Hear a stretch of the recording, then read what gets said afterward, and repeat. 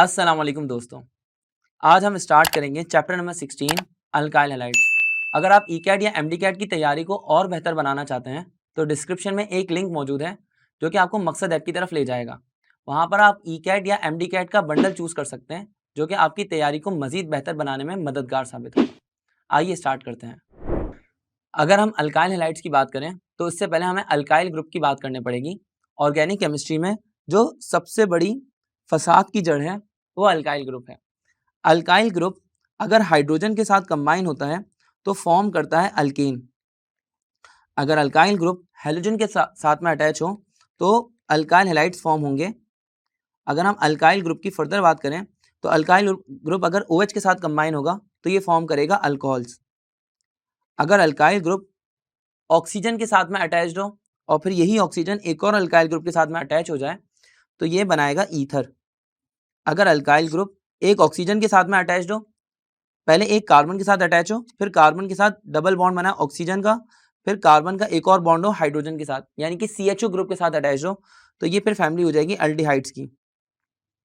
अगर यही alkyl group attach हो जाए CO ग्रुप के साथ और एक और अल्काइल ग्रुप के साथ तो ये फैमिली हो जाएगी कीटोन्स की। और अगर यही अल्काइल ग्रुप COOH ग्रुप के साथ अटैच हो जाए तो ये फैमिली कहलाएगी कार्बोक्सिलिक एसिड्स की। Carboxylic acids.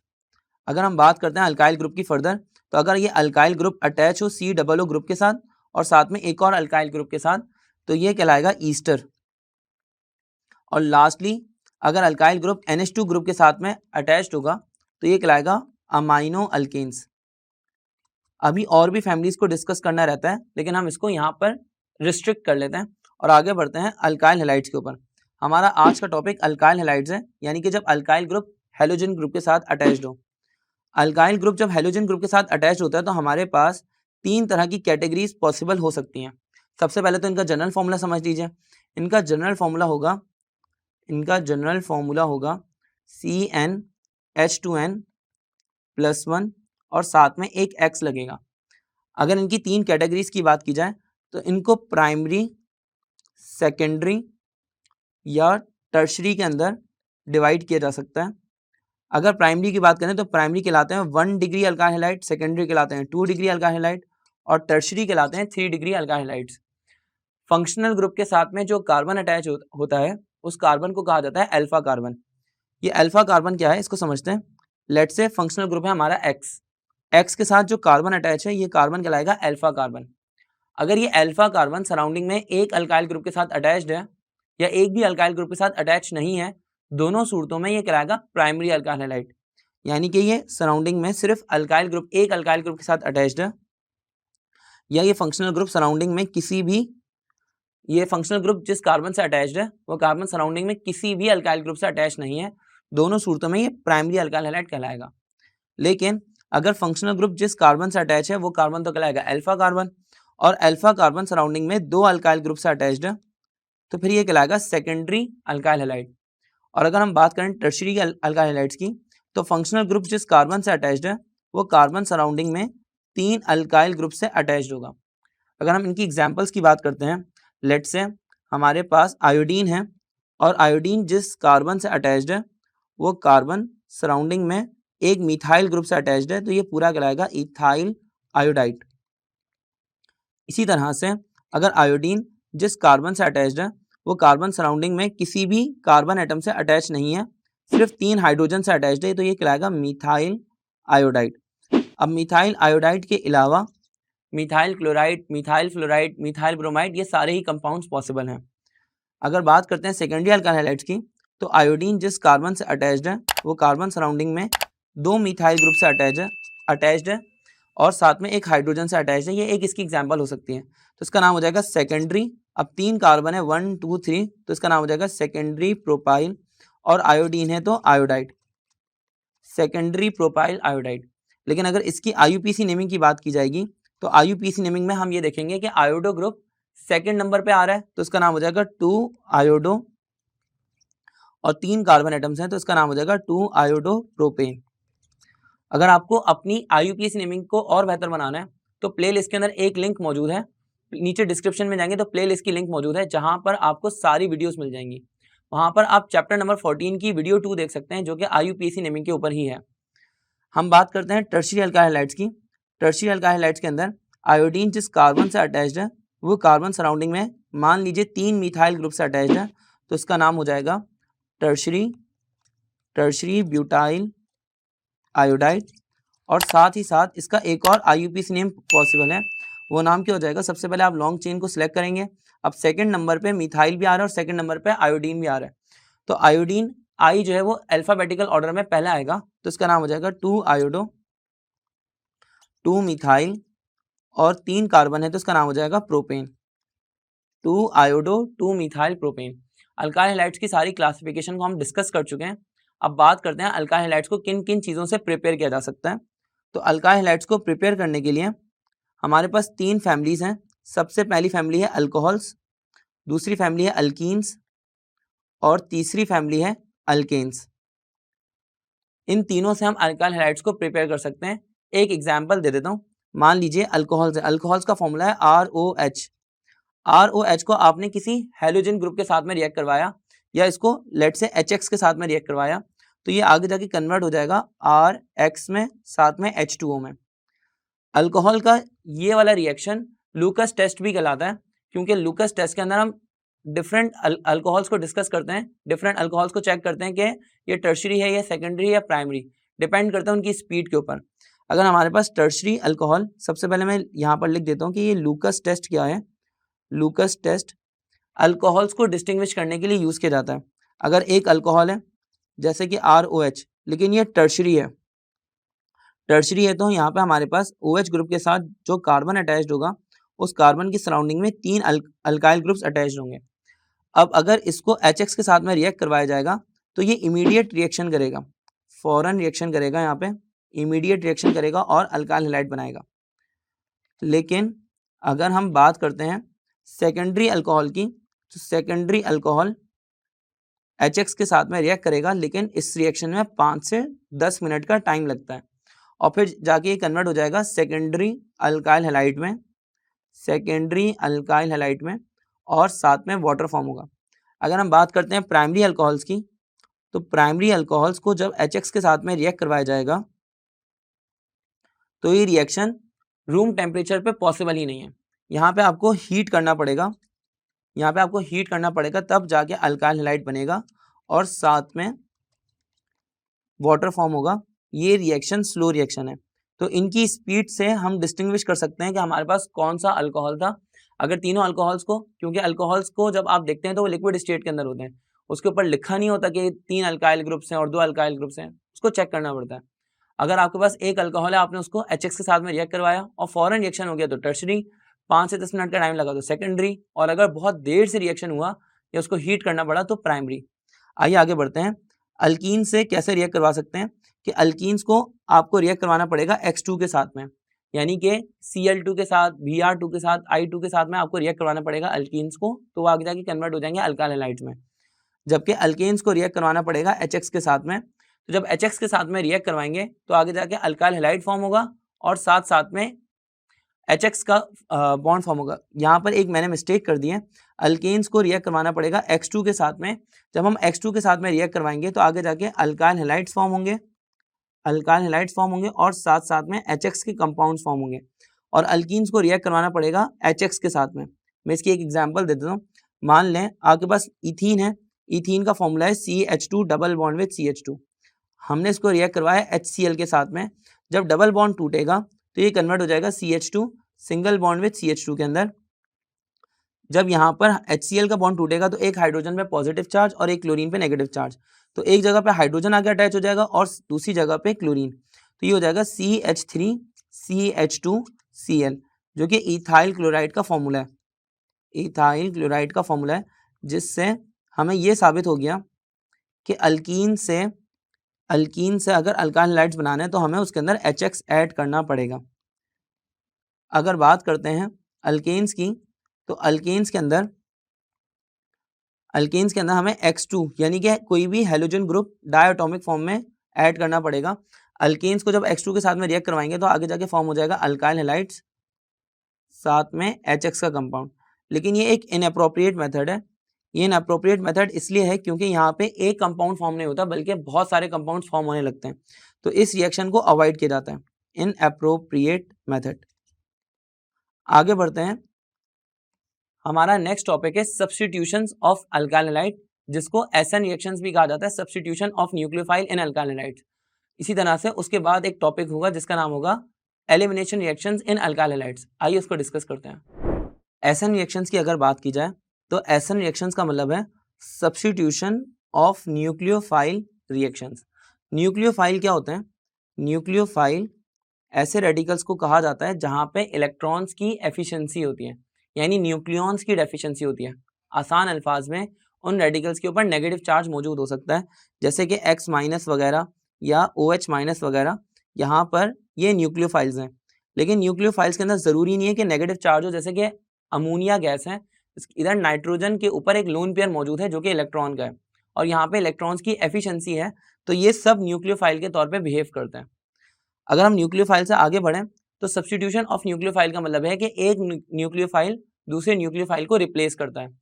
लेकिन एमडी कैट या ई कैट के अंदर कोई आपसे इक्वेशंस अगेन नहीं पूछेगा, आपसे सिर्फ छोटे छोटे डिफरेंसेस पूछे जा सकते हैं। जैसे कि अगर एसएन रिएक्शंस को डिवाइड किया जाए तो एसएन रिएक्शंस दो कैटेगरीज में डिवाइड होते हैं, एक तो SN1 और SN2। SN1 रिएक्शन को कहा जाता है यूनिमोलिक्यूलर सब्स्टिट्यूशन ऑफ न्यूक्लियोफाइल, जबकि SN2 को कहा जाता है bye molecular substitution of nucleophile. इसका मतलब यह है कि SN1 रिएक्शन में एक एक मॉलिक्यूल करके सब्स्टिट्यूट होता है, और इसी वजह से ये रिएक्शन दो स्टेप्स में प्रोसीड होता है। SN1 दो स्टेप्स में प्रोसीड होता है, जबकि SN2 को कहा जाता है bye molecular substitution of nucleophile, यानी दोनों मॉलिक्यूल्स दोनों न्यूक्लियोफाइल एक ही साथ सब्स्टिट्यूट हो जाते हैं। इसकी वजह से SN2 रिएक्शन एक ही स्टेप में हो जाता है। तो आप इसको याद कर सकते हैं कि ये उल्टा रिएक्शन है, SN1 है तो दो स्टेप्स और SN2 है तो एक स्टेप। अब SN1 रिएक्शन कौन कौन से अल्काइल हैलाइड्स में होता है? टर्शियरी अल्काइल हैलाइड्स में, और सेकेंडरी अल्काइल हैलाइड में उस वक्त जब सॉल्वेंट पोलर हो, व्हेन सॉल्वेंट इज पोलर। लेकिन अगर हम बात करें SN2 रिएक्शंस की, तो SN2 रिएक्शन एक स्टेप में होता है, और ये कब होते हैं? जब हमारे पास प्राइमरी अल्काइल हैलाइड हो या फिर सेकेंडरी अल्काइल हैलाइड में उस वक्त होगा जब सॉल्वेंट नॉन पोलर हो, when solvent is non polar. आइए आगे बढ़ते हैं। SN1 रिएक्शंस और SN2 रिएक्शंस के लिए इंपॉर्टेंट न्यूक्लियोफाइल्स आप अपनी टेक्स्ट बुक में जाके पढ़ सकते हैं, लेकिन यहाँ पर एमडी कैट के लिए वो इतने इंपॉर्टेंट नहीं है। तो हमारा नेक्स्ट टॉपिक होगा एलिमिनेशन रिएक्शंस। एलिमिनेशन रिएक्शंस में एलिमिनेट हो जाता है एक न्यूक्लियोफाइल और एक हाइड्रोजन, ये एलिमिनेट हो जाता है और इथीन फॉर्म होता है, जैसे कि मैं आपको यहाँ पे करके बता देता हूँ। एलिमिनेशन रिएक्शंस में हमारे पास मान लीजिए एक अल्काइल हैलाइड है, और अल्काइल हैलाइड को आपने रिएक्ट करवाया पोटेशियम हाइड्रोक्साइड के साथ, तो होगा क्या? आगे जाके अल्कीन फॉर्म होगा और साथ साथ में वाटर फॉर्म होगा और पोटेशियम हैलाइड KX फॉर्म होगा। यानी कि अगर हमारे पास एक कंपाउंड है CH3, CH2 और Cl, अगर आपने उसको पोटेशियम हाइड्रोक्साइड के साथ में रिएक्ट करवाया, लेकिन पोटेशियम हाइड्रोक्साइड का अल्कोहलिक मीडियम में होना बड़ा ज़रूरी है। अगर एक्वस सोल्यूशन होगा तो सब्स्टिट्यूशन रिएक्शन होगा। यहाँ पे होगा क्या कि क्लोरीन इस पोटेशियम से रिएक्ट कर लेगा और बना लेगा KCl, जबकि ये OH ग्रुप रिएक्ट कर लेगा एक हाइड्रोजन से, तो क्या बना लेगा? वाटर। जबकि CH2 और CH2 बचेंगे जो कि आपस में डबल बॉन्ड फॉर्म कर लेंगे, तो ये बन जाएगा इथीन। तो हमारे पास एलिमिनेशन रिएक्शंस के अंदर अल्काइल हैलाइड्स को जब पोटेशियम हाइड्रोक्साइड के साथ में रिएक्ट करवाया जाता है अल्कोहलिक मीडियम में, तो अल्कीन फॉर्म होता है। अल्कीन ये मेन प्रोडक्ट है। अब बात करते हैं एलिमिनेशन रिएक्शंस की टाइप की। तो एलिमिनेशन रिएक्शंस की भी दो टाइप्स हैं, ई रिएक्शंस की। अच्छा, एलिमिनेशन रिएक्शंस को बीटा एलिमिनेशन रिएक्शन भी कहा जाता है, क्योंकि यहाँ पे हाइड्रोजन रिप्लेस होता है बीटा कार्बन से। बहरहाल एलिमिनेशन रिएक्शंस की दो टाइप्स हैं। सबसे पहली टाइप है E1 रिएक्शन और दूसरी टाइप है E2 रिएक्शन। अब यहाँ पे भी E1 और E2 में वही डिफरेंस है, यूनिमोलिक्यूलर एलिमिनेशन रिएक्शन और बायमोलिक्यूलर एलिमिनेशन रिएक्शन। लेकिन E1 की बात करें तो E1 दो स्टेप्स में होगा अगेन, और E2 एक ही स्टेप में प्रोसीड होगा। अगर हम E1 की बात करेंगे तो E1 में कोई ट्रांजिशन स्टेट नहीं होती, नो ट्रांजिशन स्टेट। इसी तरह से SN1 के अंदर भी कोई ट्रांजिशन स्टेट नहीं होती। अगर हम E2 की बात करते हैं तो E2 के अंदर ट्रांजिशन स्टेट मौजूद होती है, ट्रांजिशन स्टेट मौजूद होती है। इसी तरह से SN2 के अंदर भी ट्रांजिशन स्टेट मौजूद होती है। E1 होते हैं टर्शरी अल्काइल हैलाइड्स में और सेकेंडरी अल्काइल हैलाइड्स में, टर्शरी और सेकेंडरी अल्काइल हैलाइड्स में, सेकेंडरी अल्काइल हैलाइड्स में, जबकि E2 रिएक्शन होते हैं सिर्फ और सिर्फ प्राइमरी अल्काइल हैलाइड्स के अंदर, प्राइमरी अल्काइल हैलाइड्स में। E1 रिएक्शंस के अंदर भी आपको मैकेनिज्म या इक्वेशंस ये जानना बड़ा जरूरी नहीं है, क्योंकि MDCAT या ECAT में सिर्फ MCQs आएंगे। तो हमारा एलिमिनेशन रिएक्शन का टॉपिक यहीं पर एंड होता है। अब हम बात करेंगे ग्रिग्नॉर्ड रिएजेंट की। ग्रिग्नॉर्ड रिएजेंट एक ऑर्गेनोमेटेलिक कंपाउंड है, ऑर्गेनोमेटेलिक कंपाउंड है। ऑर्गेनोमेटेलिक कंपाउंड का मतलब यह है कि इसके अंदर एक ऑर्गेनिक रेडिकल होगा और साथ में एक मेटल। आमतौर पे मेटल मैग्नीशियम होता है। ग्रिग्नॉर्ड रिएजेंट के अंदर तो मैग्नीशियम ही होगा, लेकिन सारे ऑर्गेनोमेटेलिक कंपाउंड्स में मेटल का मैग्नीशियम होना जरूरी नहीं है। आप ऐसा समझ लीजिए कि ग्रिग्नॉर्ड रिएजेंट ऑर्गेनोमेटेलिक कंपाउंड की एक टाइप है। तो ग्रिग्नॉर्ड रिएजेंट की अगर हम बात करें तो इसका फॉर्मूला होता है alkyl magnesium halide, alkyl magnesium halide, जिसमें अल्काइल ग्रुप जो है ये ऑर्गेनिक रेडिकल है और मैग्नीशियम मेटल है और साथ में हेलोजन ग्रुप यहाँ पे अटैच्ड होगा। अगर इसके जनरल फॉर्मूला की बात की जाएगी तो इसका जनरल फॉर्मूला होता है RMgX। अगर ग्रिग्नॉर्ड रिएजेंट की प्रिपरेशन की बात की जाए तो इसको प्रिपेयर किया जाता है अल्काइल हैलाइड से। प्रिपरेशन इसकी होती है अल्काइल हैलाइड से। अल्काइल हैलाइड्स का फॉर्मूला है RX। इसको मैग्नीशियम मेटल के साथ में रिएक्ट करवाते हैं in the presence of dry ether. जब ड्राई ईथर सोल्यूशन में इसको रिएक्ट करवाते हैं तो आगे जाके फॉर्म कर लेता है RMgX, जिसको हम ग्रिग्नॉर्ड रिएजेंट कहते हैं। आइए बात करते हैं कि ग्रिग्नॉर्ड रिएजेंट से कौन कौन से कंपाउंड्स बना सकते हैं। तो ग्रिग्नॉर्ड रिएजेंट जब वाटर के साथ में रिएक्ट करेगा तो अल्केन्स फॉर्म करता है, और ग्रिग्नॉर्ड रिएजेंट जब अमाइन के साथ, अमोनिया गैस के साथ में रिएक्ट करेगा तो दोबारा अल्केन ही फॉर्म करेगा। अभी देखते जाइए, अगर ग्रिग्नॉर्ड रिएजेंट अल्काइल अमाइन के साथ में रिएक्ट करेगा, जिसको हम अमाइनो अल्केन भी कहते हैं, उसके साथ में रिएक्ट करेगा तो दोबारा अल्केन्स फॉर्म करेगा। और अगर ग्रिग्नॉर्ड रिएजेंट को अल्कोहल्स के साथ में रिएक्ट करवाया जाएगा तो दोबारा अल्केन्स फॉर्म होंगे। अगर ग्रिग्नॉर्ड रिएजेंट को अल्कोहल्स के साथ में या अल्काइल हैलाइड्स के साथ में रिएक्ट करवाएंगे तो दोबारा से अल्केन्स फॉर्म होंगे। यानी ऊपर पांचों रिएक्शंस में आप देखेंगे कि अल्केन फॉर्म हो रहा होगा। अब इसकी इक्वेशन ऐसे गिवन हो सकते हैं कि मान लें आपको एक ग्रिग्नॉर्ड रिएजेंट गिवन है CH3MgI वगैरह, और उसकी हाइड्रोलिसिस की जा रही है या उसको वाटर के साथ में या किसी भी इन कंपाउंड में से किसी के साथ भी रिएक्ट करवाया जा रहा है, और आपसे पूछा जा रहा है कि आगे जाके क्या चीज़ फॉर्म होगी। तो हमारे पास चार ऑप्शंस गिवन होंगे, जैसे कि प्रोपेन, प्रोपीन, ब्यूटीन या अल्कोहल, इस तरह के। तो आप समझ जाइएगा कि जब भी ग्रिग्नॉर्ड रिएजेंट की हाइड्रोलिसिस होगी या इनमें से किसी कंपाउंड से रिएक्ट करवाएंगे तो अल्केन ही फॉर्म होगा। तो ऑप्शंस में जो अल्केन वाला ऑप्शन है आपने उसको टिक करना है और आगे बढ़ जाना है। अब हम बात करते हैं जब ग्रिग्नॉर्ड रिएजेंट को कार्बन डाइऑक्साइड के साथ में रिएक्ट करवाया जाए तो फिर क्या फॉर्म होगा। जब ग्रिग्नॉर्ड रिएजेंट को कार्बन डाइऑक्साइड के साथ में रिएक्ट करवाए जाते हैं तो कार्बोक्सिलिक एसिड्स फॉर्म होते हैं। इसी तरह से जब ग्रिग्नॉर्ड रिएजेंट को फॉर्मल्डिहाइड के साथ में रिएक्ट करवाया जाता है तो 1 डिग्री अल्कोहल फॉर्म होंगे, जिसको हम प्राइमरी अल्कोहल भी कह सकते हैं। जब ग्रिग्नॉर्ड रिएजेंट को अल्डिहाइड के साथ में रिएक्ट करवाया जाता है तो 2 डिग्री अल्कोहल फॉर्म होते हैं, जिसको हम सेकेंडरी अल्कोहल भी कह सकते हैं। और अगर हम ग्रिग्नॉर्ड रिएजेंट को कीटोन्स के साथ में रिएक्ट करवाएं तो हमारे पास 3 डिग्री अल्कोहल्स फॉर्म होंगे, जिसको हम टर्शरी अल्कोहल भी कह सकते हैं। यहाँ पे हमारा अल्काइल हैलाइड्स का चैप्टर एंड होता है। अगर आपने ECAT या MDCAT की तैयारी को मजीद बेहतर बनाना है तो आप नीचे डिस्क्रिप्शन में जाइए, वहाँ पर प्ले लिस्ट की लिंक मौजूद है, सारी वीडियोस को देख लीजिए और उसके बाद ECAT या MDCAT का कोर्स बाय कर लीजिए, जिसकी लिंक भी डिस्क्रिप्शन के अंदर ही मौजूद है। मकसद ऐप पे जाके आप अपने ECAT या MDCAT का कोर्स बाय कर सकते हैं। अपनी तैयारी को मजीद बेहतर बनाइए। हम मिलते हैं आपसे नेक्स्ट वीडियो में। अपना ख्याल रखें। अल्लाह हाफिज़।